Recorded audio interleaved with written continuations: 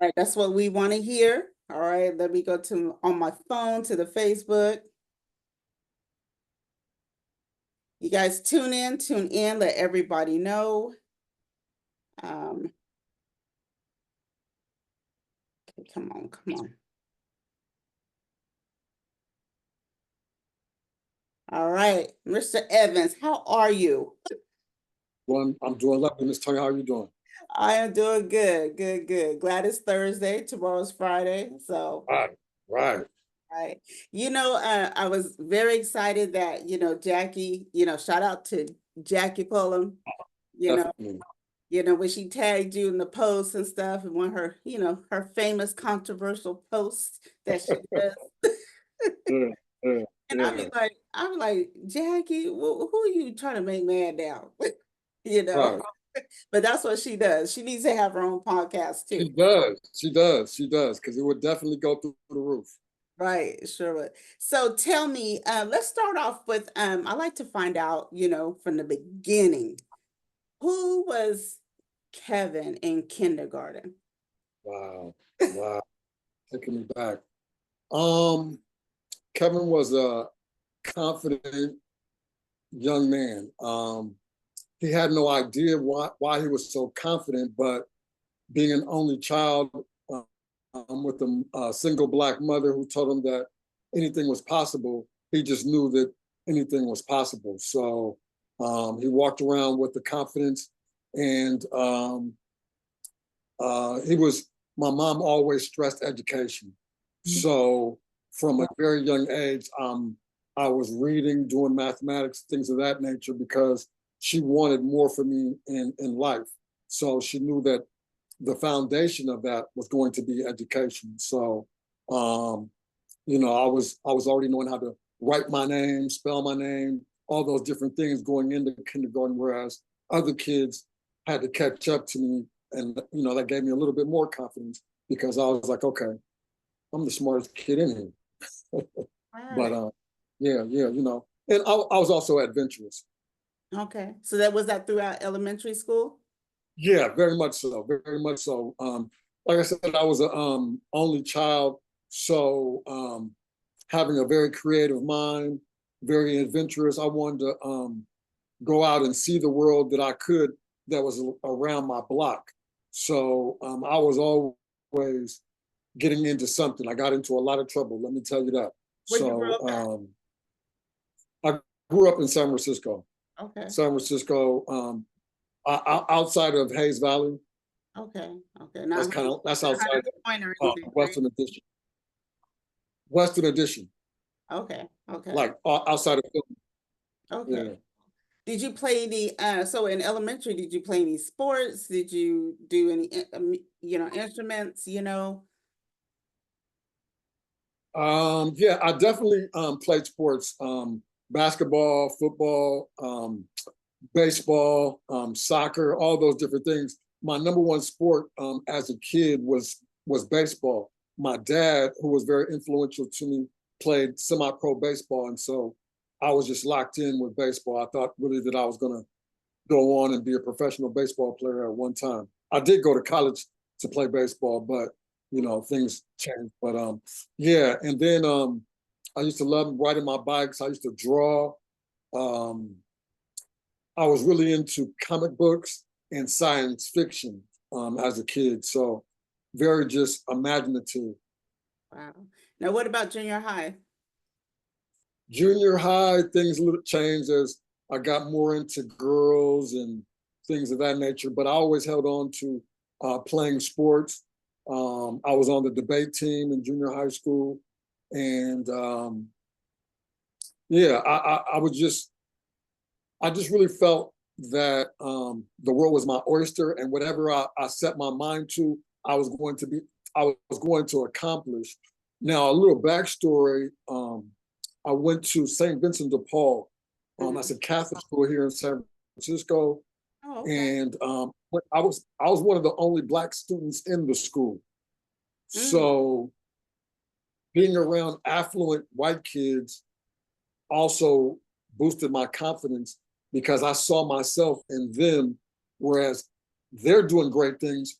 I also will be doing great things too, just because of the association. Oh, okay. Wow. Um, so you went to you said a Catholic school?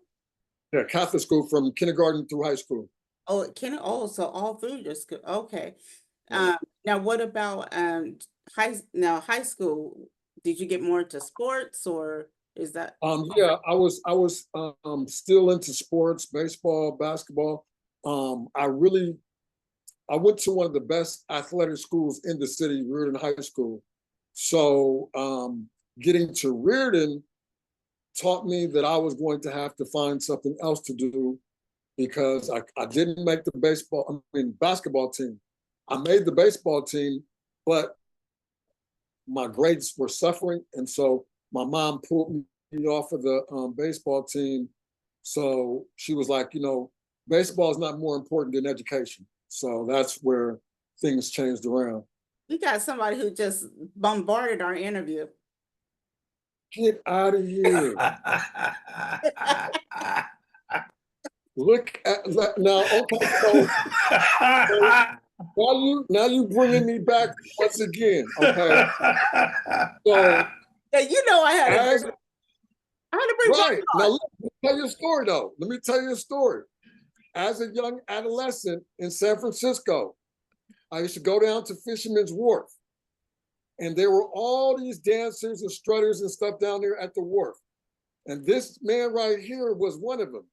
Now, he was fresh, as we used to say back in the day. So I knew not to talk to him because, you know what I mean? I didn't want to disturb his freshness. But later on in life, I got to tell him all these stories about how I used to see him on the bus, and he was one of the best cappers in the city. So you didn't really say nothing to my man Rock right here, because yeah, he'll let you have it. But yeah, no, this is like my mentor. Not like my mentor. This is my mentor. He's the one who showed me how to do this thing called television. Um, I can't speak. I can't say any more glowing things about this man because I would go on and on. If it wasn't for Rock, my television career would have been very short. Well, we're going to get into that. So after high school, what did you get into? After high school, I first went to Wiley College, the home of the great debaters in Marshall, Texas. I went there for a year. It wasn't to my liking, so I transferred to Louisiana Tech in Reston, Louisiana. Hmm. Um, and I went there, and then I got hurt playing winter baseball, and so I came back to California and went to City College, and I took film production, and that's really where I started to get my background on television and film. Okay. All right. So I think I'm going to let my co-host take over since we talk about film and stuff. Right. If you guys don't know, this is James Earl Rockefeller. Okay. Yes. Yes. The third. AKA DJ Barney B's cousin. Right. Wow. Thank you. Hey, Kev, she called me Monday when she knew she was going to interview you. And she was like, I need you to be my co-host. Yes. I was like, on what? I'm interviewing Kev. I was like, no, hell yeah. Definitely. Yeah, this man, okay, let me give you a background. A cat called me that worked at KDOL, and Kev used to have a show on KDOL called Off the Hook. And he called me and he was like, hey man, you need to meet this guy. You know, his name is Kevin Evans, DeMaurier, and he has a show on. He's doing music television. You need to meet him. I was like, okay, cool. Once I met Kev, that was it. Like we was running buddies ever since. We done been on road trips. We done been to award shows. We done been to LA. We done been to Las Vegas. Like the whole nine. This was Kev. You look good too. I'm looking at you now, man. You look good. But this dude, let me tell you about Kev. When you talking about interviewing folks, this dude, like his style was just like You know what I mean? He was into the interview. He's not like some of these people that you see that really don't know how to interview somebody. Kev knows how to interview somebody. And when they were talking about code switching, this is Kev invented that. Because I've seen Kev go from a hip hop interview to a gospel interview like within 5 minutes. Like we were interviewing this one hip hop artist, it was a female, and Kev was all hip hopped out and yeah, man, your music is this and that. He's doing all of this. And then the next 5 minutes, we interviewed the Winans Phase 2, which was like the younger relatives of the Winans, the gospel family. Yeah. And they walked up to Kev, and Kev was like, yeah, we got the Winans Phase 2. And they was like, brother, how you doing? And Kev just switched up and was like, oh man, I'm just blessed. And this dude, like, Kev, I've seen him interview so many people, especially when he was in Vegas. He did Bernard Hopkins, and he kept going, this man will knock your ass out. And after the interview, Bernard Hopkins was like, you need to be my hype man. So that's Kev. Like, this dude has done some super solid interviews. We got some Nate Dogg interviews nobody's ever seen. You know what I mean? He's getting Mike Tyson. Like, this dude has like a body of work that people don't understand. So this is my man right here. Yeah. And So I just how did the chemistry like really go with, I mean, when you guys met each other and stuff, you know what I mean? Is like, how did, Brock, how did you know that like this is the city, work with? San Francisco. Yeah. San Francisco, we have this thing like we always click, no matter what neighborhood you from in San Francisco, when you go somewhere else, you know what I mean? Like we both moved to the East Bay. It's that San Francisco chemistry. You know what I mean? It doesn't matter what neighborhood you grew up in San Francisco. When you're outside of San Francisco, you just come together.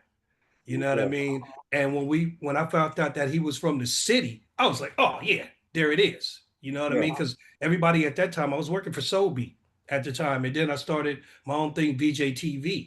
So a lot of people that I was working with then were all from the East Bay. They were all from Oakland or Richmond or Hayward or something like that. Kev was like one of the only cats that was working for San Francisco. Even the crew that we had that we used to take to different events, everybody was from Oakland.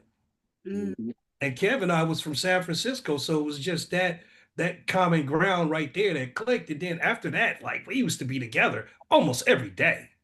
All the time. Yeah. You know what I mean? Yeah, Really so what it Kev, was, go ahead. I'm sorry, really what it was is I have been watching him on Soul Beat. So I already had respect for him. Mhm. And I knew that if I just listened to him, that I was going to do well. So watching him for so many years, I kind of gravitated towards his style of interviewing and then put my own little twist on it.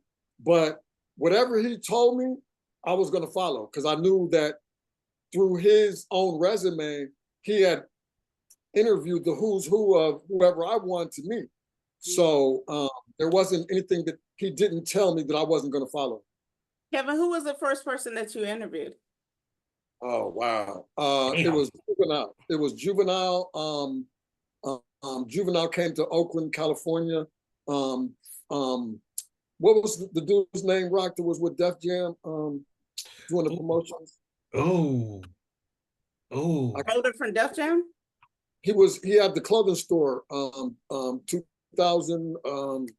I can't remember the name, but he asked me to come out and cover the Juvenile coming to. was it Sean Kennedy? It was Sean Kennedy, No, it wasn't wasn't, it? it wasn't Sean Kennedy. Can't remember his name. Good dude, but yeah, he had Juvenile. Juvenile was my first real interview. Okay. Now when you did your first interview, were you nervous or like, Honestly, I wasn't because growing up in San Francisco, I had run into a lot of different celebrities. My mom knew a lot of celebrities. My grandmother knew a lot of celebrities. I looked at Rock as a celebrity. He wasn't someone that had that ego to where he was approachable. Mhm. So he made me very comfortable. and he, you know, just taught me how to carry myself. So I never really was out of, I never was nervous. Now there were some stars that did get me nervous, but we would have to be at those big award shows to where I'll be like, well, I don't know what to say to this person because I've been watching them since I was a kid. So you know what I mean? I don't know what to do. Like Patti LaBelle. Oh, me, you told me something about, yeah. yeah. Yeah. What made, you know, going back a little bit, why did you choose to get into film and stuff? What attracted you to it? I always wanted to be on TV as a kid. I always wanted to be on TV. I have a good friend. His name is Jamal Busby. And when we were fresh out of high school, we were sitting around talking about what we wanted to do. And I told him one day I'm gonna have my own TV show, and I'm gonna be interviewing New Edition and all these other big stars and things like that. And he and his girlfriend looked at me like I was crazy. But I was like, okay, you'll see, you'll see. Now I didn't understand how that was going to come to be, but I knew that that was what I wanted to do. And, you know, just by the grace of God, I got the opportunity. How did you come up with Off the Hook? How Okay. did you start Off the Hook? How it was at the festival at the lake. What's Off the Hook? Off the Hook was the name of my TV show on Okay. KDOL. Yeah, so I was at the lake for a festival at the lake, and some gentlemen were passing out stickers, and on the sticker it said Off the Hook. And the way they designed it just really stuck out to me. And I was like, if I ever get something going, I'm gonna call it Off the Hook. A year later, the opportunity came, and I never forgot that sticker because it was on my door, and I named my show Off the Hook. How did you meet Ram? And Ramesses Head is a producer that we both work with and still a homie to this day. Right, definitely. Working at KDOL, Ram was somebody I knew because I used to watch KDOL just like I used to watch Soul Beat. And so KDOL had a show called Homework Hotline. And at one time, the studio for Homework Hotline was all in one classroom. So you would see the technical director as well as the students on the show. So Ram was in the studio and I could see him. So once I started working at KDOL, I was like, hey, you do that show, Homework Hotline. And he looked at me like I was crazy, but like he was like, yeah, I do. And so once I got the opportunity to do my show, I asked him to come on because Ram, there was nobody better at what he did, and Ram could do everything. So it was just a pleasure to have him on the show. Damari, who was your favorite interview? Wow, my favorite interview.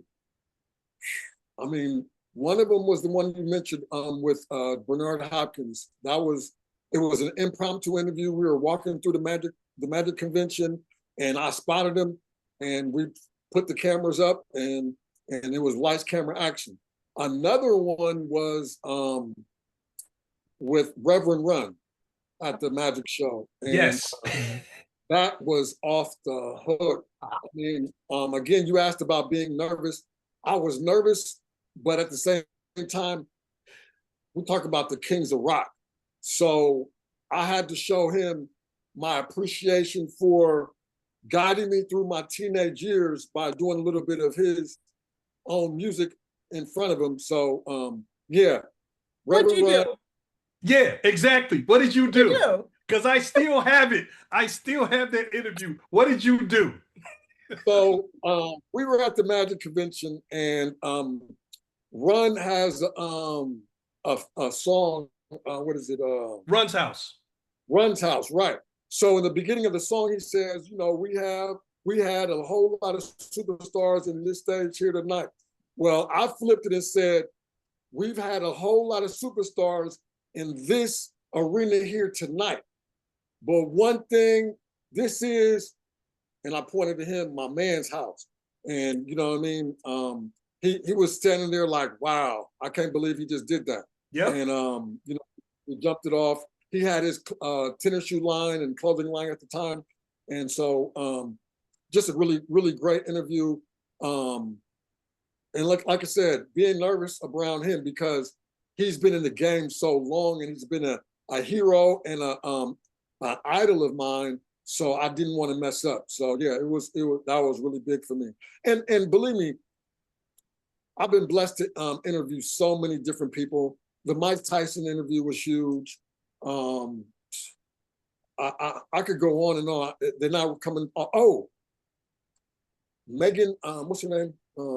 Megan Good Megan Good and Lorenz Tate. And Lorenz Tate. That was a big interview too. That I really enjoyed them because they were very receptive and very welcoming to our interview. So that was really fun. We did that with our man Olubakanla. Yep. Yeah. You know, it's just so, I'm thinking about, those days, right? The artists and the stars, they really appreciated us. You know what I mean? They was very open to do interviews, and everything. So, only one I had was rude to me, but then he was looking for me afterwards and they was like, she gone, Yeah. like, I didn't play, like, shoot, look, you don't know who you're talking to. That's, but I think I wanted to ask, is there anybody that you interviewed in the beginning of their career and they just have escalated? Wow. Damn. A lot of different, okay. This is one. We did Britney Spears at the Billboard Awards. Oh, Right. She had just left Disney, and they were shaping her career. that's right. Remember that? God. And Yeah. so we did her. We also did Justin Timberlake when he was with NSYNC. NSYNC. Was it NSYNC? Backstreet Boys? One of them. Actually, one of the two, because we did both of them that time. But those were two that stand out to me. That after those interviews, they took off unbelievably. That happened with me with Akon. After I interviewed Akon, that song with him, South P, just blew up. I remember my interview with Akon. Had no idea who Akon was, and I'd heard of him, but wasn't sure if it was the right person. And I'll be right back on listening to you guys. Keep talking. The things, the water's going outside. Okay. Yeah. I know you remember that interview with Akon Rock. Yep, because it was in San Francisco when we did Akon. Yeah, that was the day that we also met the owner of the New England Patriots. Remember, he was walking in that restaurant, and I spotted him. That's right. That's right. Yep. And then that was. You also interviewed, I remember we were in the press room at the Billboard Music Awards, and you asked DMX a question, and DMX looked at you like he wanted to fight you. Right. Like the question was like, oh, what do you mean by that? Right. What you say? Yeah. What did you ask him? No, it was, well, the thing about it is people confused me for DMX at the awards.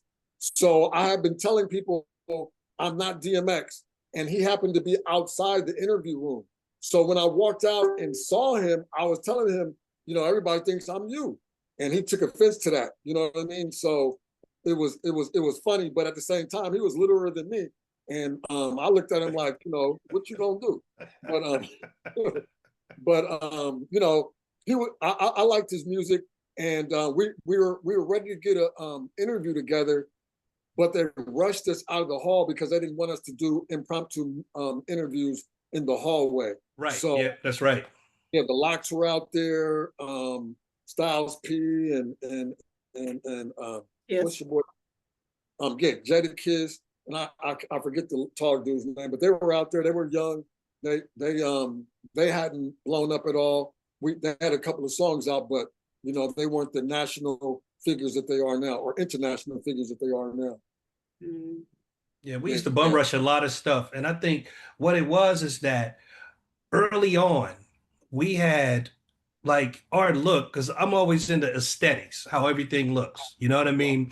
And a lot of us, like I would always have my VJ TV gear on, you know what I mean? And we had like a mic flag when people didn't even know what a mic flag was. They just seen them, but they thought like there was this extravagant cost to have a mic flag. And when folks seen our mic flag, they was go, oh, they somebody. So let's go ahead and interview with them. And I think that's what kind of set us apart. And then back in the day, it wasn't a lot of press like it is now. Everybody's there with their cell phones, and they be having these big camera rigs that are unnecessary just to have a certain look. But we was doing that back in the day. Wow. You know what I mean? And that's why I believe a lot of people uh approached us because we had that professional demeanor and we wasn't asking questions like, so we heard about your last relationship. What happened with that? We didn't care. We only cared about your career. That's the only Right. thing that we asked questions about. Hey, what you doing now? How did you get into Right. that? You know what I mean? That was our thing. Mm-hmm. You know what I mean? No, So yeah, and he's very right. As you see, he has on his own company on right now. So that's how we rolled. Right. He had sweatsuits, t-shirts, hoodies. hoodies. When we went somewhere, we represented. We didn't just show up looking like everybody else. We showed up looking the part. And that was one of the things that I always will embrace, is that you have to look the part when you show up. Mm-hmm. And I learned that from Rock. So he's right. There would be other people with the same equipment or even better equipment, but they gravitated to us because of our look. Mm-hmm. And because we conducted ourselves. And another thing, like you said, we weren't into the drama. We didn't care about who you were dating. We didn't care about any type of trouble you got in with the law. All we wanted to know was all we wanted to talk about is what you've done and what you're about to do. Tell us about that. You know what I mean? So we always kept it positive. Yeah, because we had to keep a good relationship with the labels. If we did all that, we wouldn't have got no more interviews on the labels. Right. Nah. Um, Kev was there. This is a short story. Kev was there when we were in Vegas, and we was with my boy Trey, who I talked to a couple of nights ago. And we were going up to our hotel room, and we was in the elevator with Oscar De La Hoya, right? And we was going to our room, and he got off on the same floor. So he thought that like we was kind of following him. I was like, oh no, dude, we have a hotel room on this floor. So we're walking the same direction, right? And we're like, and he's still thinking that we following him.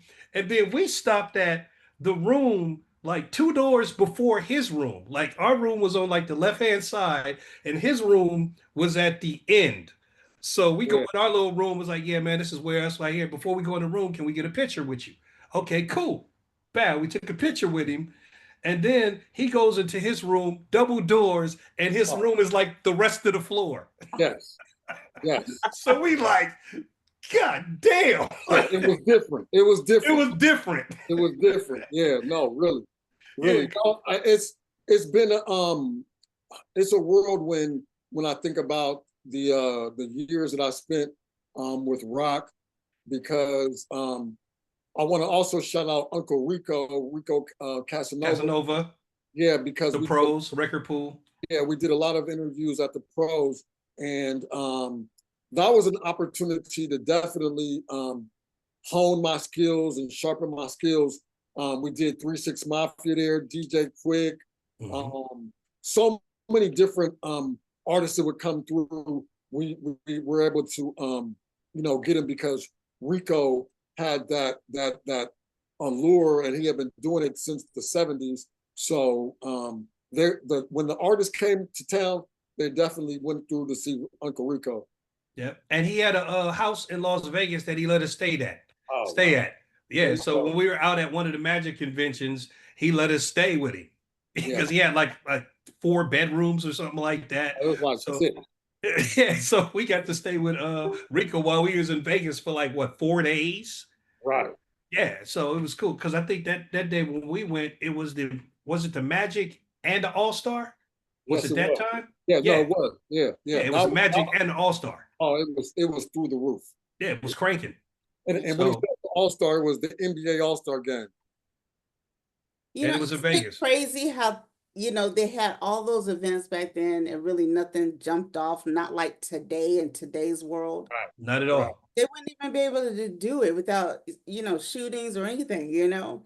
And those events were so successful and so good at, you know, networking and getting, you know, footage and, you know, stuff like that. But nowadays, it's a whole different ball game, ain't it? Oh yeah, No. and it was hard to get press passes to, like, if you got press passes to those certain events, like if you got press passes to the Billboard Music Awards or the BET Awards back in the day, it really meant that you were doing your thing, because Yeah. they just wasn't handing it out to everybody. Like now, some of these events, you know, they have a little bit of everybody, but back then it was exclusive. So you walking around with the same badge as MTV or BET, you know, or VH1. You know what I Yeah. mean? You're in the same circle. So you like, yeah, I belong here. You know Yeah. what I mean? So it was like it was really a good time, and we promoted artists. That was our job. You Right? know what I mean? We promoted artists, and we were good at what we did. And I hand a lot of that to DeMaurier, because he had some of the most decent interviews ever because he knew what to ask. And he was an artist to where even if he didn't know a lot of stuff, he would bring it out of the artist. Like he had asked a question that would spur something else. And in their answer, he would get another question. You know what I mean? And you don't see a lot of people do that. They always want to stick to the script. Like if they ask this question and then the artist answers it, they can get another question out of that question, but they don't do that. They'll just go to the next question they're supposed to ask. You know Right. what I mean? But that's not what DeMaurier did. He was just really sharp at what he did, and he could just prepare like, "Hey man, they go such and such," and DeMaurier just start walking up to him, and we'll be filming, and he would just start asking questions. He don't go, "Can I get an interview?" or this and that. He would just be like, "Hey man, so like when we interviewing boxers, hey man, so when is your next fight?" Bam, and the camera's in his face, and that's Mhm. how we did it. Yeah. And then, you know, also with us, I, I'm pretty sure with you guys too, the locals, right? A lot of the locals, you know, our shows were mixed. You can see the locals and you can see the major artists and stuff. Right. And Yep. I think that's why, you know, a lot of people still respect us, you know, to this day, you know. We get Yeah. invited stuff, you know, people, even though I still sometimes feel that, you know, people forget that we were there, Hmm. you know, but then there's those that have not and everything. So Kevin, what is can you think of the best advice you could think of that Rock ever gave you? Wow, best advice he ever gave me, because believe me, he was always giving me advice. His advice was situational. So Yeah, I would we say had that. That's right. I would say that. okay, just a funny story. We were driving down to LA. We were driving down to LA, and Rock had put in one of his mixtapes in. And this is one of the mixtapes from the uh, early 80s hip hop, to where we were really, really dancing. Rock Craft work. pulled, yeah, Rock pulled over on the highway, and we got out the car and were dancing Kid and Play on the highway. Oh, Highway 5. Yes, where cars were flying by. Me and him were doing a Kid and Play kick step. You know what I mean? So Oh his advice at that time was, don't step out into traffic. Yeah. I So was, I no, was gonna bring that up too, because I knew we did that. Because we had to work it out our system, because it was like the music was so jamming. I was like, man, I gotta pull over. And then we pulled over and got out the car and started kick stepping. The cars was passing us like, the hell are they doing? my God. yeah. So there he was. That's one thing that I really appreciated Rock about, is that he wasn't afraid to let you know at any time when you're doing well or when you're not doing well. Or, for instance, walking into situations you might not be comfortable with, he would give you the idea of what to expect, what to Right. look out for. These people live and breathe just like you do. So don't worry about, thinking that they're somebody special or something of that nature. But Yeah, it was always a situational thing. There was never a time where when I was with Rock, I felt like I don't know what I'm gonna do because he always had me prepared. You know what I mean? So it got to a point where we showed up, he gave me the mic, he turned on the camera, and it was lights, camera, action. It didn't matter. The equipment could be failing all around us. I knew to stay in character. I had my my questions ready for them to answer, and Rock kept the camera rolling, and we did our thing. Now, Kevin, when did you notice, the music, the industry changing? You're like, okay, my time, I feel like my run is up, kind of like how, we all did, Really what happened was Rock and I were at the apex of taking our productions to the next level. Mm-hmm. Right. And at that time, there were so many other productions going on. There was a lot. Music television was big, as you remember. So around here in the Bay Area, we stood out. When we showed up, people, cleared out the way because they knew our reputation. When you're successful, people become jealous of your success. That's right. And I knew that it was coming to an end because it wasn't fun anymore. People who used to smile when we showed up, now they have frowns on their face. We weren't getting invited to certain events. We weren't getting the interviews because they knew that we were going to be the ones that the stars gravitated to.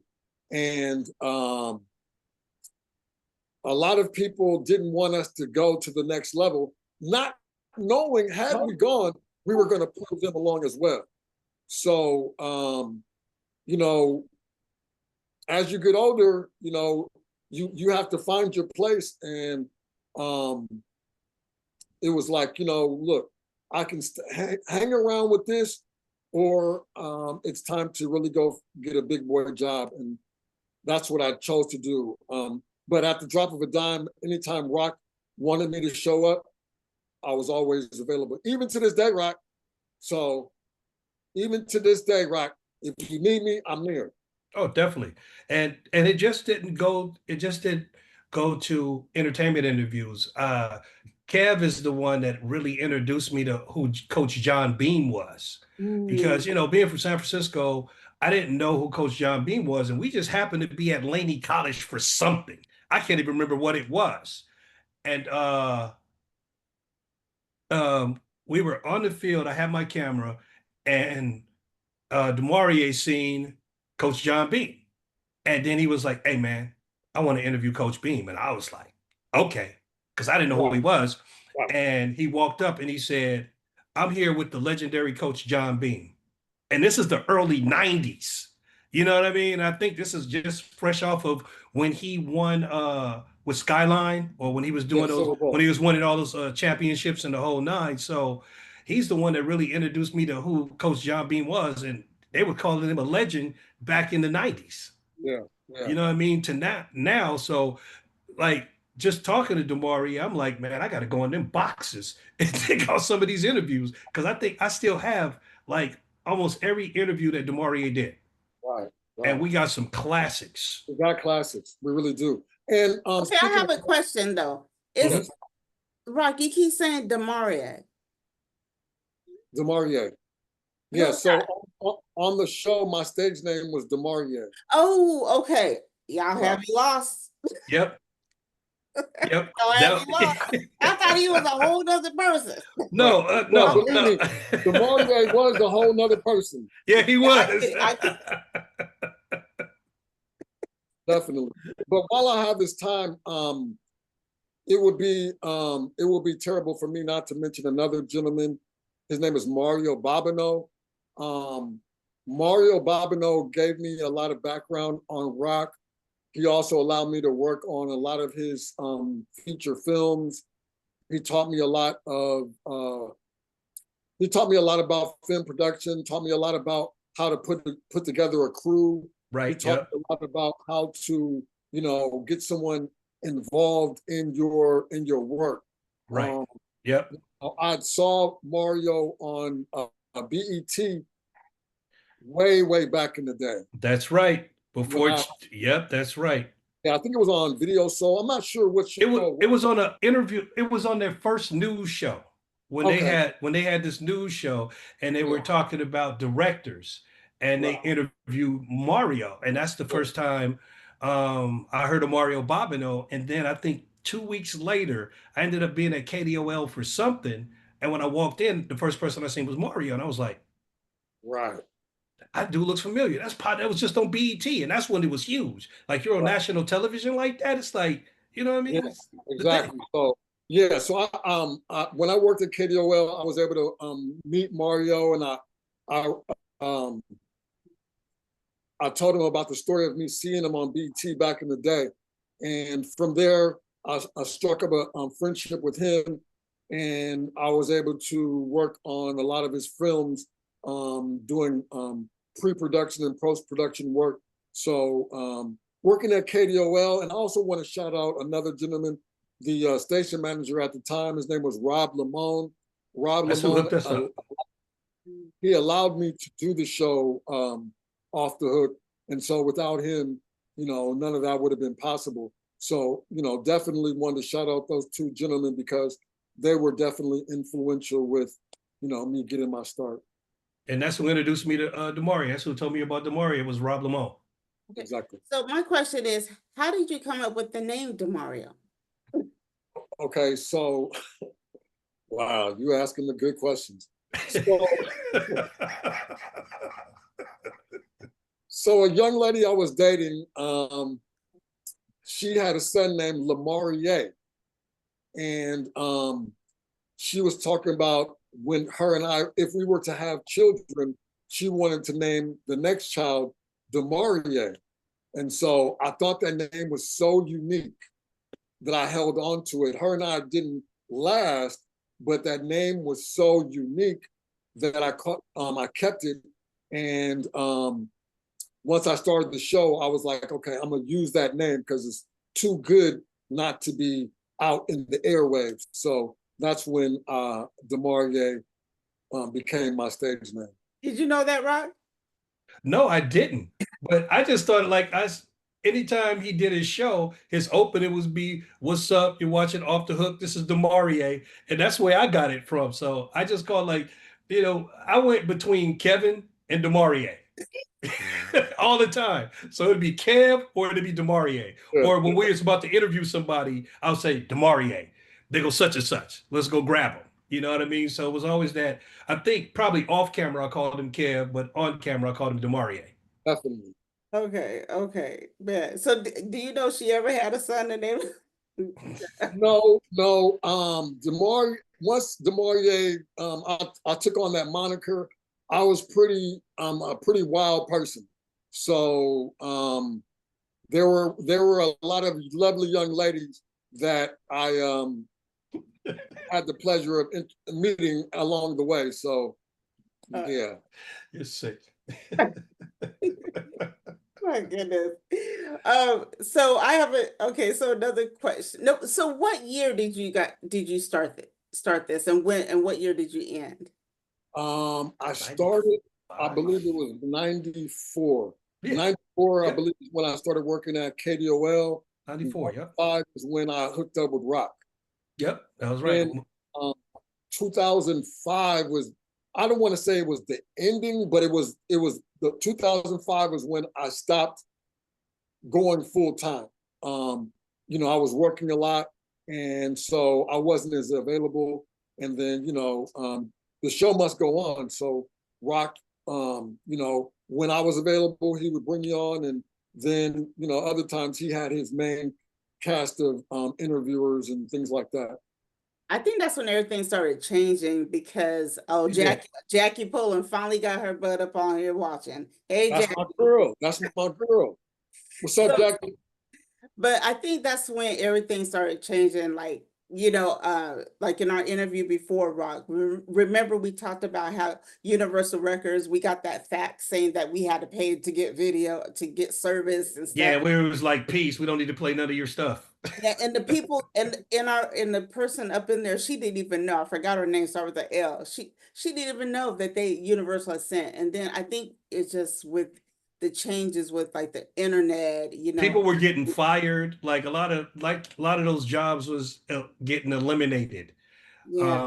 And the personnel just wasn't there because we had already established personal relationships with folks, and those people started, kind of leaving and doing other things, and or they advanced to a different department or whatever. So they wasn't sending out music as much as they used to, or the giveaways. Or You know what I calling us mean? for interviews. We Or turn on the calling us for radio, interviews. and stuff. I remember meeting Mos Def, and I was like, "Well, I can't interview you. I'm not being serviced by Universal." He's like, "What?" And I Yeah. said, "You didn't hear what they did?" And he was like, "Oh, Can't play your stuff. it was just crazy." Yeah, I think I went to like 2007, 2008. I think that's when I finally ended it also. It just everything just, changed, started just changing the whole internet and the music and all that Oh, stuff. yeah. So after the music, what did you start doing, up until what you're doing now? Yeah, so after I stepped away from the music, I went to plumbing school, Mm, and I became a union plumber with Local 38 in San Francisco, mm. and I did that for 13 years, and then I switched unions to Local 39 and became a stationary engineer, and that's what I'm doing now. Oh, okay, okay. Oh, Jackie's gonna be recorded, so I'll send you the recording. She's like, she just gotta finish up class. So, Hey, uh, but you also work for the city of San Francisco. Yeah, that was through Local 38. I was Okay. working for the water department. So that was through Local 38. I worked as a utility plumber for the city of San Francisco. Right. do you have your own business doing something, or I thought I saw something, or no? I don't have my own business. I did have well, not in regards to plumbing. I have several different businesses. One is called Prestige Consulting Collective, Mhm. and what we do is we connect um, minority builders with city contracts.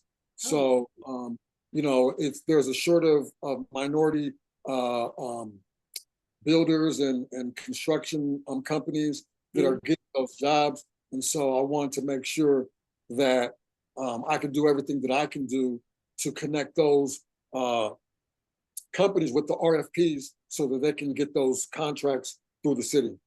Right. Yep. That's That's good. that's nice. Okay. Is it just there is it different cities? The broader Bay Area, yes, Oh, broader Bay Area. So all I have to know, if you know of a contractor that's trying to get work, send them my way. What I'll do is I have a proprietary software that scours their city and lets them know of all the different RFPs that they miss or that are coming up that they're not aware of. So I try to put them in line before the RFP is requested so that they already know the movers and shakers that are regarding that project, and they can build those relationships before the RFP is requested. is Sacramento on that list or just the Bay? It can be, it can be, it can be. Believe me, That's good. we'll talk. Okay, that'd be something great to bring out here and stuff, you know. Yes, ma'am. Any other good Rock? I know you got some more stuff to say. No, it's just good to see this dude because I haven't Yeah. seen him in a couple of years, man. And Kev, I don't even know if you know I moved back to Oakland. I just bought Yes, a I house in do. Oakland with the wife. Yeah. Come on now. Ramsden told me, Right. See, the thing about it is I'm still in awe of this gentleman. I mean, if he's the announcer for the University of Stanford, and every time I see him announcing a volleyball game, a basketball game, a swim meet, or something like that, I'm just like, wow, that's my guy. So I'm so proud of the work that you're doing. Keep doing your thing. But yeah, I'm just waiting for an invitation to come by, Oh, see that's the easy. No, we see both the are. grandchild. Congratulations on the grandchild. He's a beautiful young man. Are you a grandpa, Rock? I've been a grandpa. Like my oldest grandchild who lives in Sacramento is 16. Right, Oh, So I have right. a 16-year-old grandson. I have a 10-year-old granddaughter, and then I have a 7-year-old grandson, and then my youngest grandson is 2. So I got 3 boys and a girl, just So like my kids. I have 3 sons and a daughter. what I meant to say was the newest grandchild. Yeah, the newest one. He's 2. He was over here yesterday Yeah, wow. by my yeah. youngest son. So yeah, I'm Pop Rock. That's what they call me. Right. Right. I remember at Rock's daughter's birthday party, we had a limbo contest, Right. and At the, yeah, that it was one of the funnest days of my life, because we were able to bring so many smiles to his daughter's friends, and she was just so happy that I participated in their limbo contest. That was a great time. Was that the 16th birthday party that we had at the Oh, that dude, studio? it was Was it like, that one? no, it was at the house over there off like 29th, 23rd? Yeah. 23rd, and she was like maybe 8 years old. Yep. Okay. Yep. Yeah, that was way back. Yep. Yeah, you know what I mean? Great time. Yeah. I got a lot of footage of Kev. Like I even got him I did a surprise birthday bus trip for my wife to Reno. And Kev, like, we had some drinks on the bus, and Kev started like dancing like 30 minutes outside of Reno and didn't stop until we was damn near pulling in. Yeah, yes. It was hilarious. Once he started, the camera rolled and it just stayed on him. Yes. And everybody still remembers that. Like some of the older women that was on that trip was like, "And where's your friend that the one that was dancing?" Wait, okay, we're gonna tell it. So I'm feeling myself. I was very much the lightweight back in those days. Yeah. So 2, 3 drinks, I'm gone. Yep. So I'm dancing and I've blacked out at this time. So I have danced a little bit more, how should I say, risque, and Rock's mom was there. Rock was and, like, "Hey, and what my you doing?" auntie. Yeah, and he was like, "Hey, man, what are you doing? That's my mama." Oh, it was crazy. Oh, it But was awful. Well, and Barney was on the bus. Barney had gave us a mixtape, and that's the tape that we were playing. Barney Was was on the DJ bus Barney too? B. Yeah, we stopped in Sacramento Uh-huh. to pick up Barney. So Barney was on that bus. yes. What was the name of the dude who had the bus? Oh, tour? MacArthur Tours. MacArthur Tours. Never Yep. forget that dude. Yeah, He had MacArthur so much Tours. fun. Yeah. But yeah, this dude, man, like I said, there's a What lot did of What did classics. Barney say? No, Barney was just like when he was mixing, we just all just watched Kev for like 30 minutes. I can see Right. Barney looking at him. Right. Yeah, we just Right. all watched Kev. It was Rock's hilarious. wife was like, "Let him go. Let him Yeah, go." she was like, let him go. We had so many good times. It was, yeah, they were memorable times. I mean, wherever we went, we always, okay. So Rock had this little case, right? And in this case, he had a stash of alcohol of some type. And it was a portable bar. it was a portable bar, but it looked like Arthur. the Luggage. king of France had put it together. His court had put this magical box together. And when we went on trips, there were 2 things that Rock was going to have other than the camera equipment. He was going to have the mysterious magical box and his hot sauce. That's right. Right. Yep. And he had a hot sauce holder. So anywhere we went, we knew Rock had the hot sauce, and I still got both of those. he always clipped to his belt. Yes. I got both of those. Yeah. Yeah, the portable bar was Arthur because it held 3 bottles. It held Right. 3 bottles and it had 4 glasses in it. How big Right. was it? No, It looked like some luggage. It looked like them old school makeup cases that women used to Yeah. carry. Yeah. It was about like that. I still have it tell her why you called it Arthur though. from the movie. Yes. Dudley Moore. He had a Uh-huh. movie called Arthur, the way he was just an alcoholic. He was an alcoholic millionaire. Yes. So I called it Arthur, and then I bought my wife one, and we named it Liza. Oh, Yes. oh my And I still have Arthur. And Yes. people, I know this cat, he's been trying to buy Arthur from me for years. Yes. And he was like, man, I know you're going to sell that because we had it everywhere. He's right. I had the camera equipment and Arthur. okay. Yes. And Another we would set up in the lobby and open it up Yes. and sit there and give people drinks. What the dude? All right, okay. So this is really the. I'm glad I said that. So we were in that famous hotel in Los Angeles, and we were in the lobby, and Rock opened up Arthur. What's the name of that black guy who was the mover and shaker behind the scenes that everybody knew, or he hooked up everybody? I can't remember his name. Oh, But he was so enamored by Arthur, he came down and sat by us. Later on, we saw a documentary, and I'm like, Rock, that's that guy that we met in the hotel. It was I a had part of a record label. it was God. He was part of a Was record it label. was it Clarence Avant? That's him. It was That's Clarence it. Avant. Yes. This dude was Hollywood. We had no idea who he was. But because Rock had Arthur, he came over and spoke to us. You know what I mean? Gave us his card. Hey, look, if you guys are ever back in town, call me, this, that, and the other. I'm like, Rock, who is this guy? He's like, I don't know. You know? Yeah, and we seen that documentary. He was called The Godfather of Music or something like that. The Yeah. Godfather of Hollywood. Yeah, or something like that. Because Clarence Avant was like a cat that hooked people up. That was Yeah. his thing. He used to have people meet and they started working together the whole nine. And that's where I get a lot of my stuff from, hooking people up.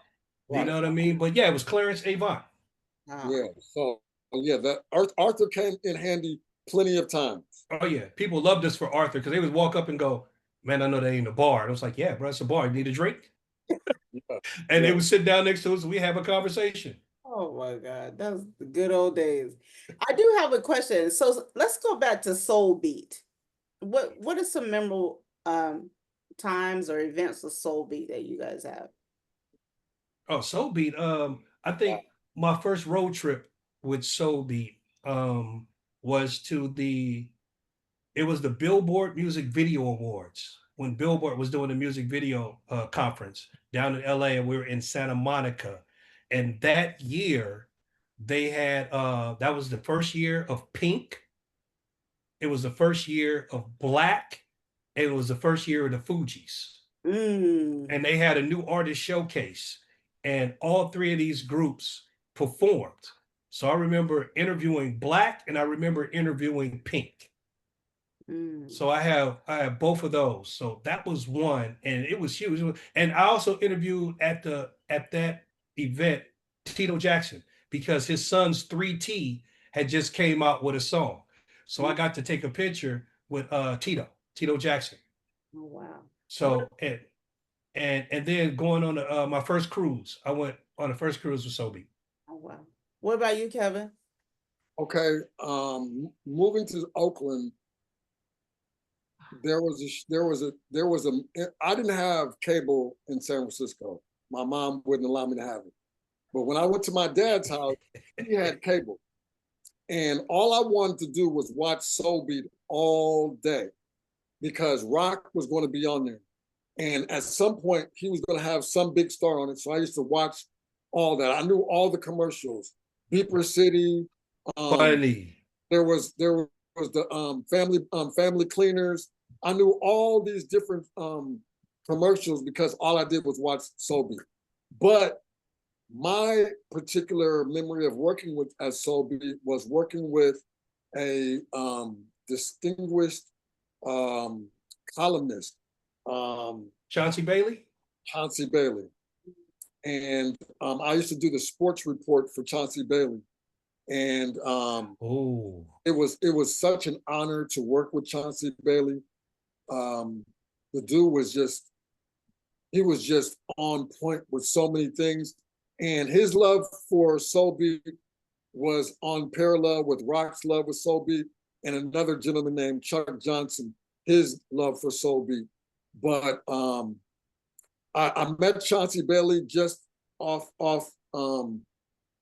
I don't even know how it happened, but we were talking, and he just told me to come down to Soul Beat and do the sports report for him. So I did that for a while until his untimely death.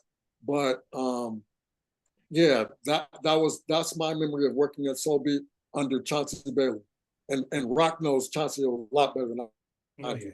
Chauncey was the man. Like he was one of them staunch reporters. He was one of them cats that before he came out with a story, he would have all the facts Right. before he released anything.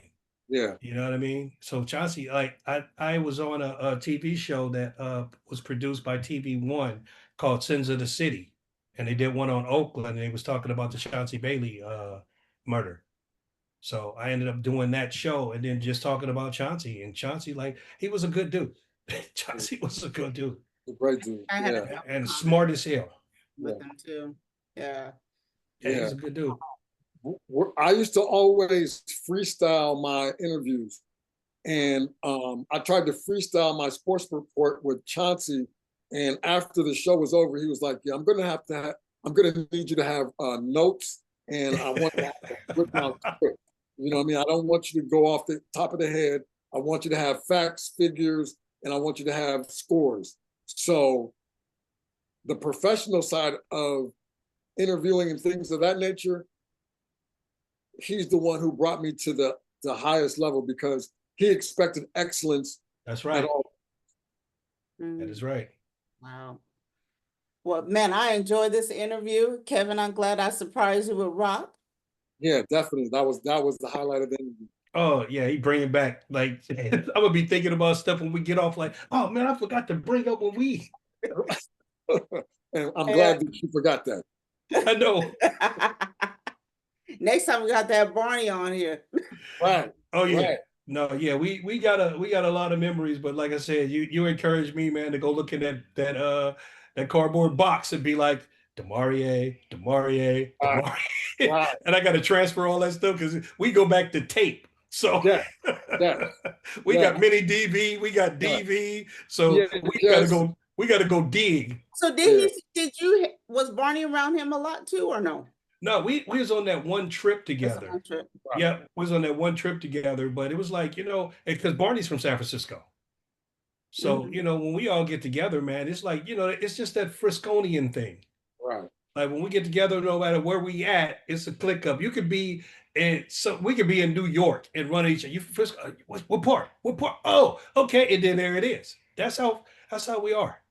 Yeah. Last person, Rock, the guy from San Francisco used to do the late night video music Greg show. Wallace.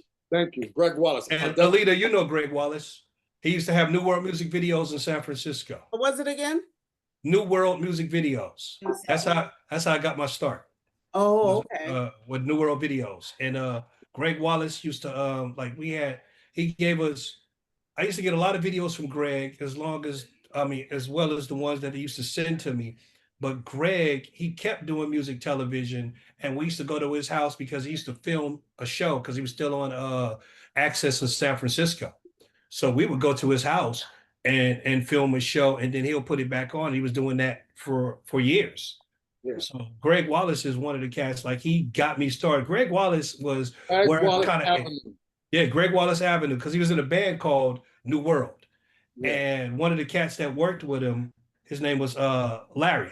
And Larry is the one that does the scores for that TV show that what's the model's name? I call it Baby Tyra Banks all the time. But he does the score for that show. It's about the male strippers. Wow. All the Queen's men. Wow. Yeah. Eva Pickford, or now she's Eva Marcel. Yeah, Eva Marcel. Okay. Yeah, my boy Larry does this score for that show. Oh, Awesome. okay. Yeah, and he came from New World's band.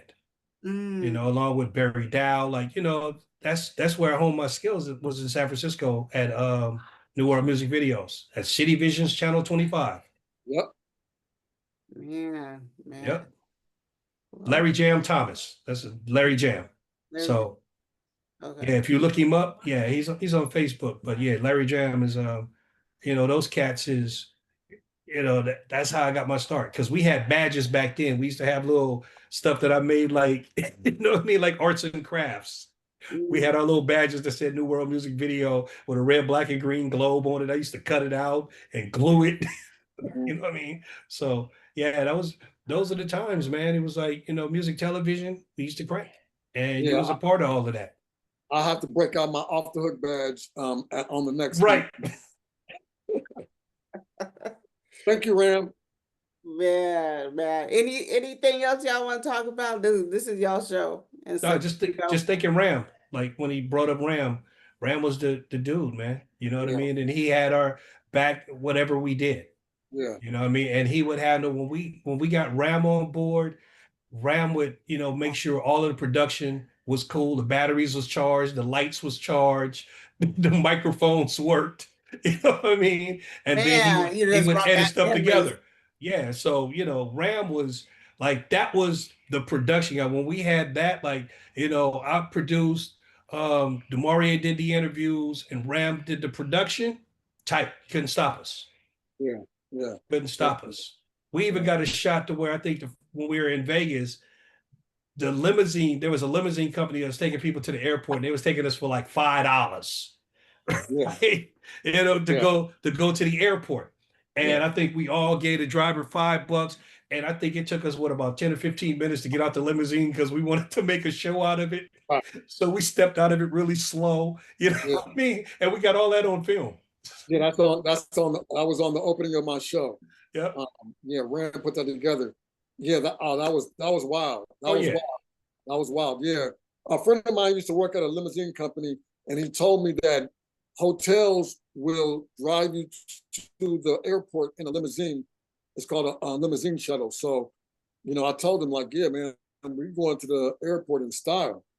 Oh yeah. And, I couldn't believe it. And then the limousine popped up, and that was that. That was it. $5. $5. Man. So yeah, man, I'm gonna dig out some of those memories though, man, because they were great. Like when people say great times, Yeah, they're Oh, great. you know what I mean? It was great times, and the people that we met along the way, it's like those people that we met, some of them are legends now, or some of them are just straight icons. yeah, And like we got these people basically either coming up or in their prime. right. I think about Keisha Cole. I never Right. forget when Dwayne from MCA Records called me. He Oh, was like, Dwayne McClary. yeah, he was like, hey, there's an artist in your area.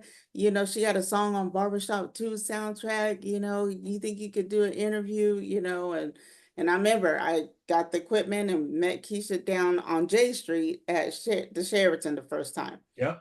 and interviewed her. And in fact, on my documentary, they have on I just gave Nico like the VHS tapes. I didn't know what was on them. My very first show with Mr. Doctor was on it, and my first interview with Keisha was Mhm. on it and stuff. But just now just seeing Keisha, what she's doing now, It's incredible. yeah, Uh, and everything. And even like Akon, when I first interviewed Akon, now, seeing him, and It's beautiful. yeah, even the local artists. I'm not just gonna say like the major. I still consider Keisha kind of local because she Oakland, Right. but the local artists and stuff, seeing what they do and the comedians and everything. Because like you said, we didn't just do artists, we did it. We did everybody. Everybody. Business folks, like, you know what I mean? I Mm. got an interview somebody did with Johnny Cochran, Mm. and that's crazy. We Yeah, got a lot of classic stuff. We got 2 interviews with Nate Dogg. And when yeah, they showed the Nate Dogg, when they showed him on Unsung, you didn't see too many interviews with Nate Dogg. And I had reached out to Unsung to say, hey, y'all don't really have too many interviews with Nate Dogg. I got 2. Mm. You know what I mean? So it's like, yeah, we got a lot of people. We got Yeah. a lot of people, and it's just crazy on how much stuff. And that's why I think I'm gonna go dig out those tapes and just, be like, hey man, we've been doing this. yeah, And this is before internet, but like I told Kev, this is just so nice sending a Zoom link and going live. But Oh yeah, yeah. but we So did all that, even taking pictures without a damn. How do we take pictures off the Polaroids and stuff? yeah, we had Polaroids or the little flash cameras that took like, the little roll of film. yeah. You know what I Lou mean? showed me how to get pictures off the frames, frame by frame. He Right. showed me a program where you could get your pictures off of your video reels, and so I was doing that as well. So yeah, we've come a The long way. glossies.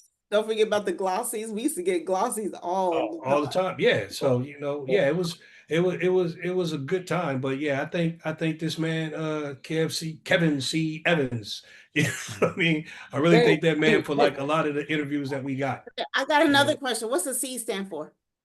Christopher. Okay, Kevin. Okay. Which is crazy because that's my middle name. Yeah, and his son. And my son's first name. Yeah. Yep. Yeah, well, I appreciate, both of you. I had a good time with you guys. Oh, definitely. Anytime y'all want to come back on, let's do this and stuff. And when y'all up in SAC or if I'm in the Bay, we gonna all No, this definitely Kevin the- Rock is gonna have to invite us to that whatever nice house he talking about. He just Oh yeah, this is my window. This ain't Yeah. fake. No. This is actually my background. No, this no. is my house. It's a beautiful house. Yeah, Definitely. I got 580. You can see cars going right there. Yeah, I'm like a block from 580. You can see Tell damn the near wife see that I traffic. got- Yeah, this is my house. Tell the wife that I miss her. Oh, definitely. Yeah. She in the back Well, end we're gonna have on the phone running her mouth. So Yeah, we're gonna have to get over there, Alita, because it's always a good time at the Rockefellers. yes, Yeah. always. We're a little older now. Can't do it like I used to, but you know. Right. We can try. And we gotta bring Jackie. Definitely. Oh yeah. That's the road dog. Yep. And DJ Barney. Yep. Definitely. Let's make it happen. Yeah. Barney. Your cousin, I hope he watches this. He ain't got no sense whatsoever. It runs in the family. Right. Speaking of cousins, what's up with my cousin Ace? I don't know where Ace at, because Ace, like every 3 or 4 months, I talk to him in a different location. Right. So I don't know where he at now. Like, Last time I talked to him, he was supposed to be on his way to Vegas. I don't know. I love Ace. Yep. So and Ace was in MC Hammer when it was MC Hammer and the Posse. Remember, it was the 3 females and the one dude that looked just like Hammer, like it could be his brother. That's my cousin Ace. Yeah. So he was in all those early videos, gaining momentum and what stupid deaf y'all like. Let's get it started. The original one. You know what I mean? And he started working with Casey and JoJo. Yep, and he started working with Casey and JoJo. So that's how we was getting a lot of those interviews. But yeah. So yeah, it goes back. But Demario, I'm gonna call you, bro. Please do, because I definitely want to come and see you, and just look through the footage.